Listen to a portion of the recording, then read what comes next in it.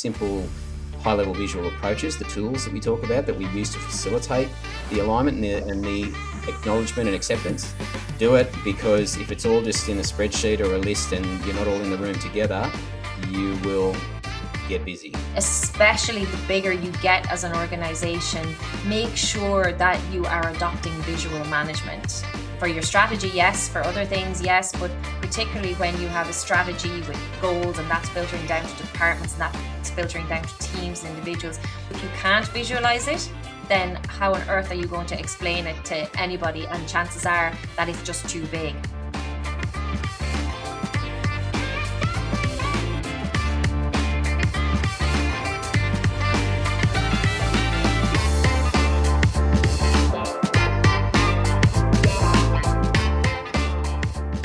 G'day everyone, and welcome to this episode of the Lean Solutions podcast.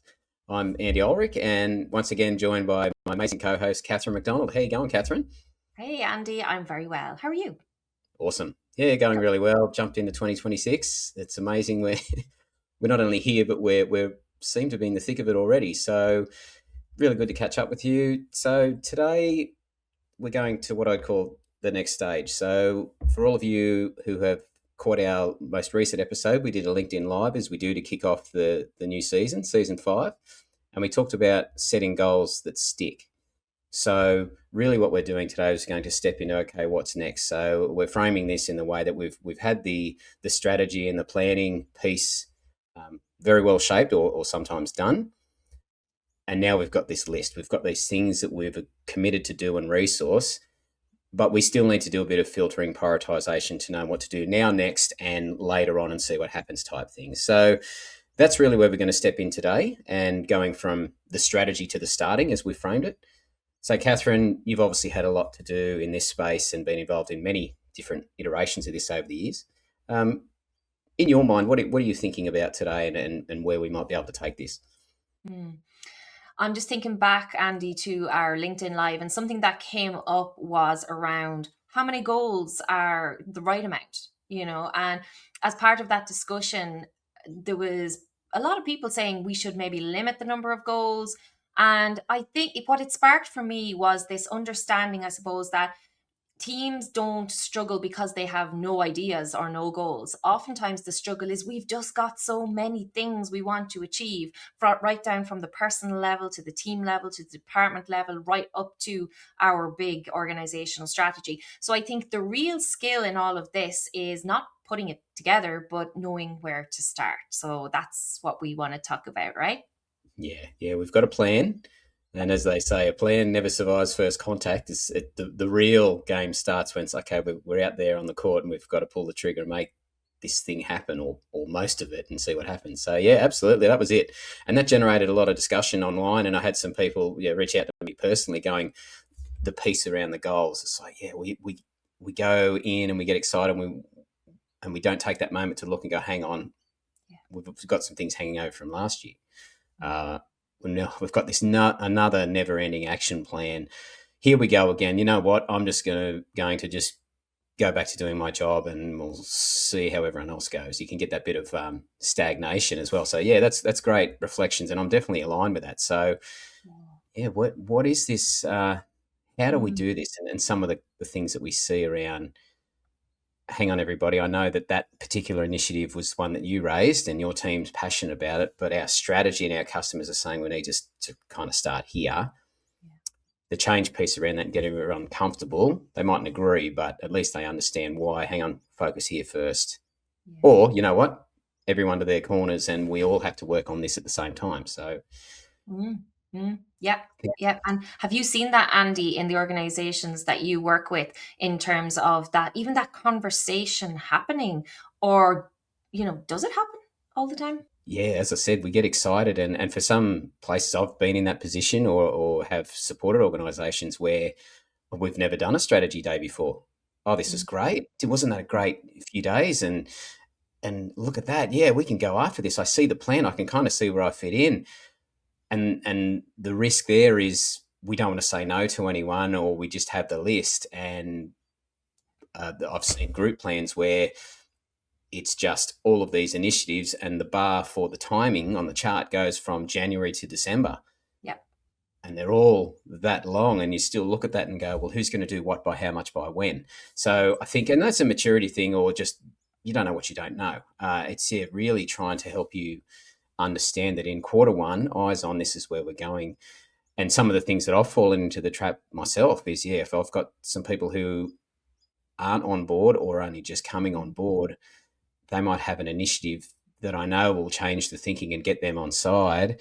Is how do I navigate that to make sure that it's not a no, it's more of a not yet, or if it is a no, they understand, because we talked about a lot in that last LinkedIn Live too, is around that change piece, getting the culture on board with what the strategy is and align. So I do see a lot of common challenges I see is either they don't do that strategic planning, they just create a list and they've still got things left over from last year, things like that, but also how they share and communicate and go back and measure against that strategy and execution, because we don't know if we're just doing the thing because we said we would, but is it actually making a difference, especially to our customers? So what about you, Catherine? I'm always fascinated. You've got some really good reach around different industries and your rich experience. What are some of the things that you've seen?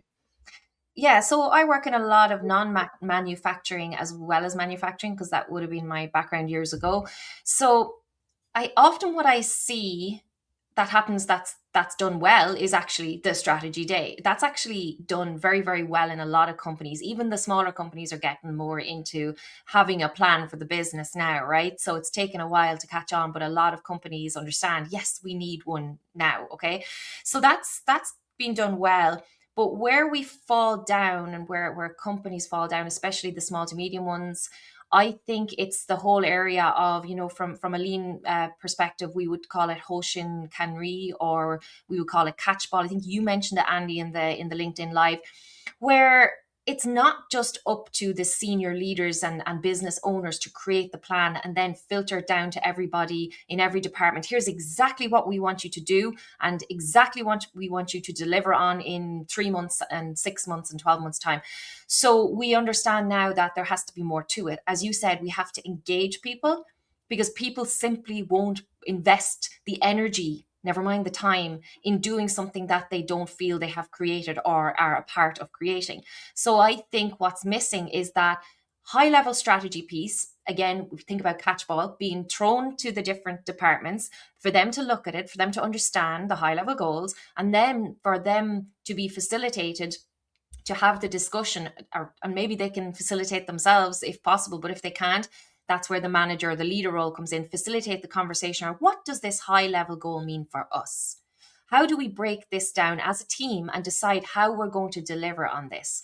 And then we throw that back up to senior leadership, and they tell us what they think of the plan we've put together. And it goes back and forth until everybody is in agreement. And then it goes the same with implementation, back and forth on the communication around it. So that often is missing. And if we don't have that to begin with, I mean, we're kind of setting ourselves up for failure here, because all we've got is a lovely looking plan that nobody has read, and work goes back to normal. Have you seen that? Yeah, silos, stand up, or empire building, I call it. It's if someone's running their own measures that make the team look impressive or whatever. And just coming back to that piece around the catchball, sooner or later a decision's got to be made. The leadership will communicate the what, and that catchball is really about establishing the how, because what we're wanting out of that is that commitment, that extreme ownership of the sub actions and tasks.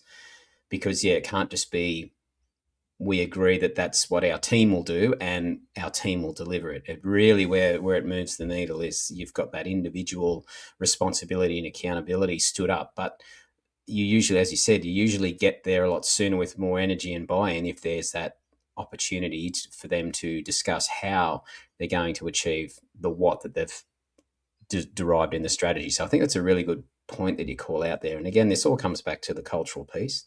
So definitely, what's in it for me? I always find that people will gravitate towards something that they personally feel some sort of benefit, not just the salary or the some of the feel good vibes that come to it, but it's really about, okay, well, I can see the point in that it's not just all about the customer either, because let's face it, we want to be we want to succeed ourselves as well and feel like what we're doing is worth it.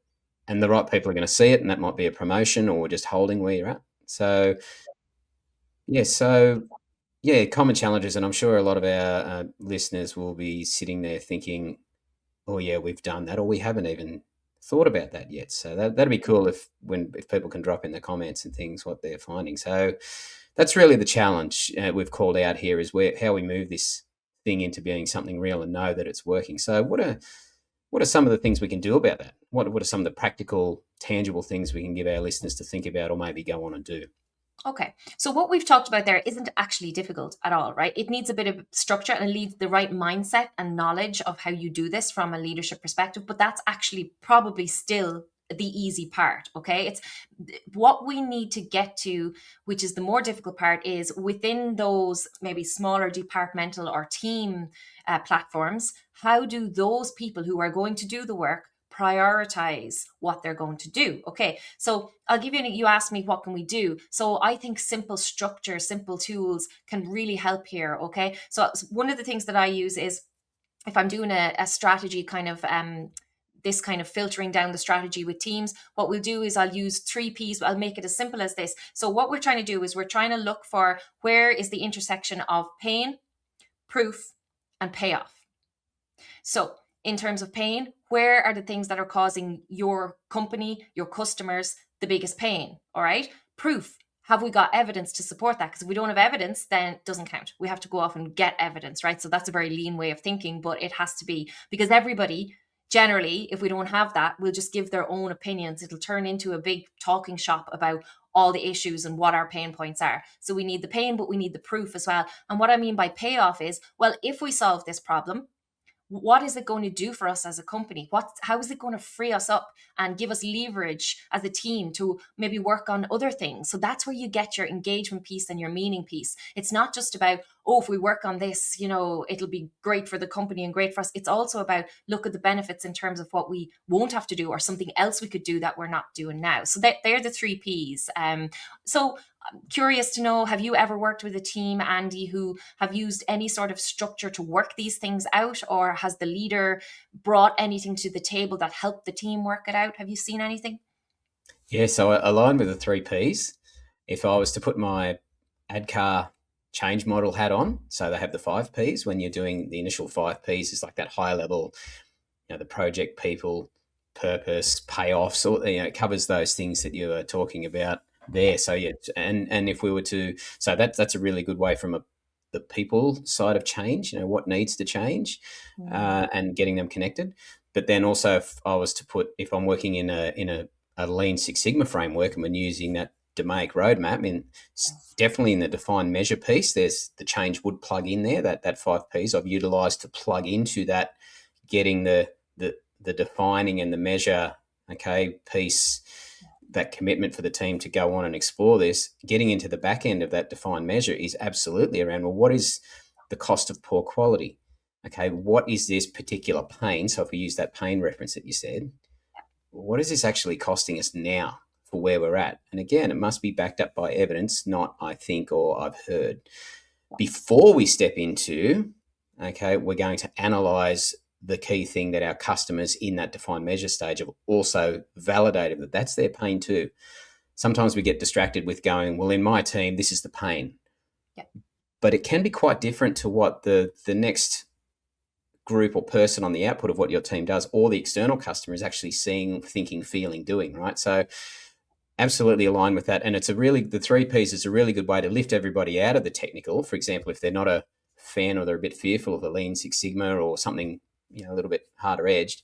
Yeah. Hey, let's just lift up team. We're all from different areas. I think the 3 Ps, the 5 Ps, again, it's all about that engagement and alignment before, potentially in a lot of cases, is we might go on and analyze a problem that, you know what, we really shouldn't care about at the moment because our customers aren't saying it and it's not in our strategy that we stood up there a few weeks ago. It's just that calibration. And then if others can see that a particular challenge or pain is costing the company and there's risk there of that big, sometimes they'll go, oh, well, oh, wow, I had no idea. That dials mine down a bit on the list. Yeah. So, yeah, we've got to have that moment to do that prioritization. Another thing that I've used just quickly is the value effort matrix. Oh yeah. or the Eisenhower matrix. So again, as I say, it's a quick and dirty way to get all these little lists of things. Let's just put it up on the wall, Yeah. get a bit of a lay of the land for what is now, and actually the value and the effort.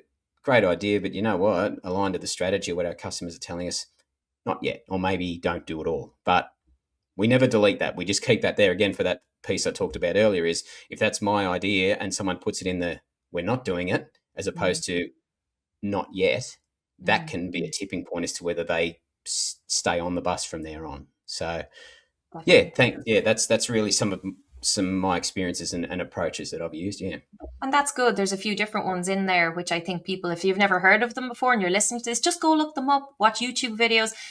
Using these tools and adding a little bit of structure, especially if you are facilitating some of these conversations and you're a leader, they can be really, really useful. Otherwise, as I said, everything just gets subjective and cloudy and conversations go nowhere. So just while you were talking there as well, you sparked something that made me think, sometimes we have goals, right? These big goals, but oftentimes throughout the year we will still need to improve, like this whole idea of continuous improvement, right? We will still need to improve almost everything we're doing throughout the year, and sometimes our improvements are not linked to the bigger strategic goals, or they maybe they are, but it's not really very clear. So, and this is where the whole idea of kaizen comes in, really. So for anybody who's not sure, so kaizen, continuous improvement, it's about bringing the people in who do the work to engage and empower them to understand where work can be improved and give them the opportunity to take the control over it and go away and make the improvements. So sometimes that's not linked to a big goal, and that's okay. But I do think, and I do see, that a lot of the time we just go too fast with that, even with yeah, Kaizen.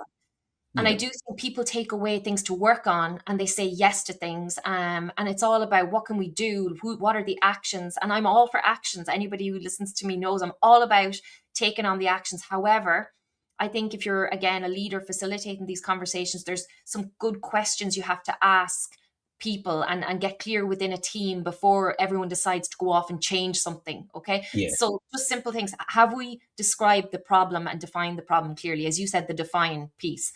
Have we got a measure of it? So those things really link in with what you were saying there, Andy, earlier. But I want to pause a little bit more on the measures, because we can define the problem, but oftentimes we think we have a measure, but we don't really have a measure. And then yeah, we fall into problems because we come back a week later and people go, oh yeah, that's, seems like it's making a good difference, but we don't really have the measure to really prove that. So have you seen that happen? And what can we do to make sure that when we check in, we've got the right measures, we're using the right data, and we use the data properly? yeah. So definitely, we talk about evidence. Just touching on that Kaizen piece, small, incremental, everyday type things. Yeah, there's got to be that in the organisation to grow the culture. But yeah, sometimes it's all that, or sometimes it's all big stuff, and we need to have that space to play and try, storm, and experiment, and empower them to do small, simple, every day, the 2 second leans.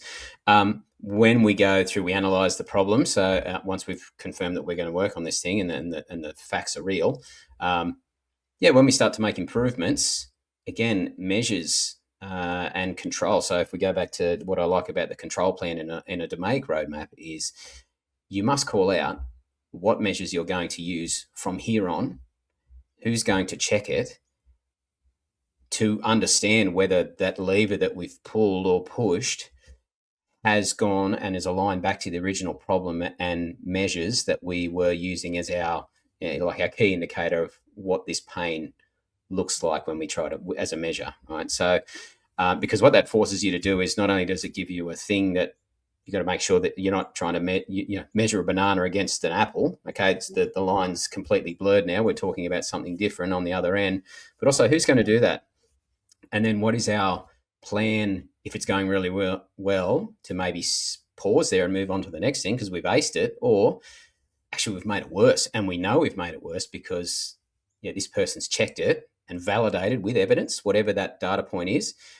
One of the things I see, like you said, we can go too fast is, back when we're building this thing up and looking at it is like, what's the right cycle time for that problem to occur that we based our original data on. So if you just have a good day and go, oh, well, we measured that today and it's not a problem, move on. Whereas someone might lift back and go, well, over the last 6 months, actually it's this. How do we right size it down the track to go? And we're not going to measure just for the next week and see if that tells us that, because we had to actually test and prove 6 months worth of trends or customer feedback or seasonal. I've got a customer that their main period of activity in business is during bushfire season. So going on making changes and using the winter months where they never sell or make as much as the true test of whether we've fixed anything or not. So that's what I mean. It's really important is when we move forward is, okay, what are the measures we're going to define as success and who's going to check it and who's going to prove it? Because, it's so exciting when one thing works and we pop the cork and move on. But 3 months later, or when the real game starts again, when no one's even looking at it, and then, we're here again, or we're worse. So, yeah. So as you were talking there, based on what we said so far, I've just have a little checklist of what any leader manager can use with their team just to know that it's the right time to start with this improvement. So first thing, we can describe the goal / problem, if it's an everyday kind of Kaizen thing, the goal or the problem clearly, and everybody can describe it and understand what it is. We can measure it simply. The people doing the work agree that it matters, because we have to have people, if people are, especially if they have to collect data, and it's really important that they understand why we're doing this. So people understand and agree that it matters, and they're going to get involved and work together on this goal or problem.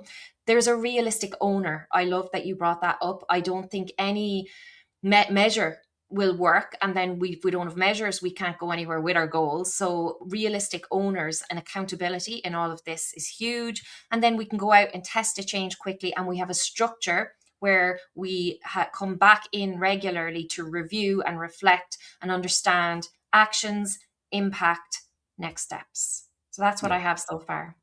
Yeah, really think that that's a good way to frame it. And through all of that, at every step, the customer, there's a touch point there to confirm that is, they're comfortable in a lot of cases that we're working on that for them as a team. But also, our data's telling us this. What are you seeing out there? What are you thinking? What are you feeling? And that's why we're here, right? So that's a great way to wrap that up. And I think if people just go back and just jot those few key checkpoints down when we're looking to stand up how we're going to prioritize and get to work, or continue on from last year, put them down and just discuss with the team, are we thinking about those things? We might be able to answer some of those questions now, but that's where we're going. That's our roadmap. You've given them quite a simple checklist to build a roadmap and make sure that, overall, that's probably how we should approach anything at scale, whether that's the 2-second lean or it's a 12-month multi-divisional improvement initiative. So, that's great. Have you seen, Andy, I mean, you work with sort of companies of all sizes as well. Have you seen this get more difficult as organizations grow? Yeah, definitely.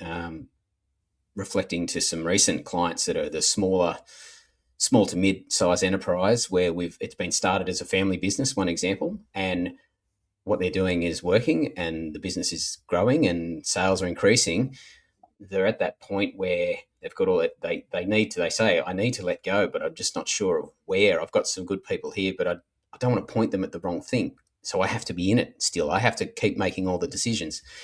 So definitely think having that framework where that person can then be a sponsor, an enabler, all right? But they're getting clarification and alignment, as you said, from the team that has to deliver the work.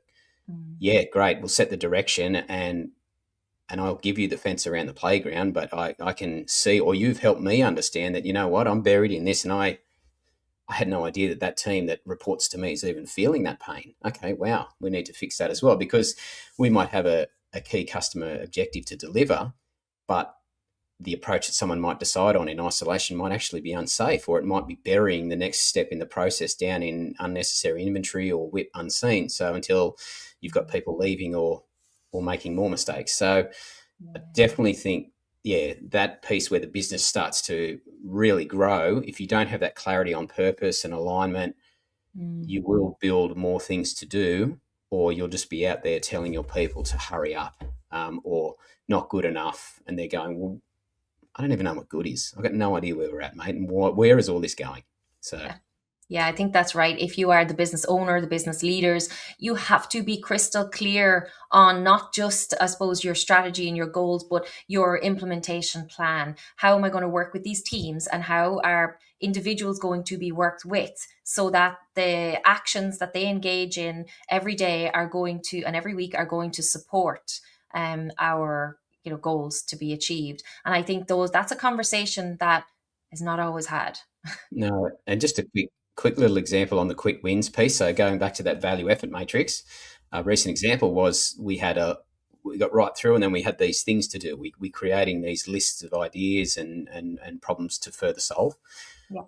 What we did for the group to get them aligned with not only the value effort, but like put a time sort of box around it. So when we talk about quick wins, we want a commitment for the 30 day, 90 day, 180 days, and we'll see what happens. Maybe not yet. Mm. There was probably about 100 sticky notes, okay, for what seemed like a bit of a rudimentary sort of problem, but we should have a crack at it and see if this works. 80% of them were sitting in the quick wins box because I just said, let's just go. And I intentionally let them do it. Yeah. And then I looked at that and I said, okay, there's 12 people in this room. And let's say we've got 80 actions that you're all going to stand up and deliver in the next 30 days. How do we feel about that? And you could see all of them look at the sticky notes. It's a really great visual management tool, and they're looking at it and they're going, there's no way we're going to, yeah, great. Wow, look at that pile, that cluster mess, or hot mess, someone called it. So again, having that simple framework, very visual, it helps calibrate the team to kind of temper the excitement and go, it takes me 3 hours to watch 60 Minutes in this place. Like, it takes me a week for someone to get back to me just for an email.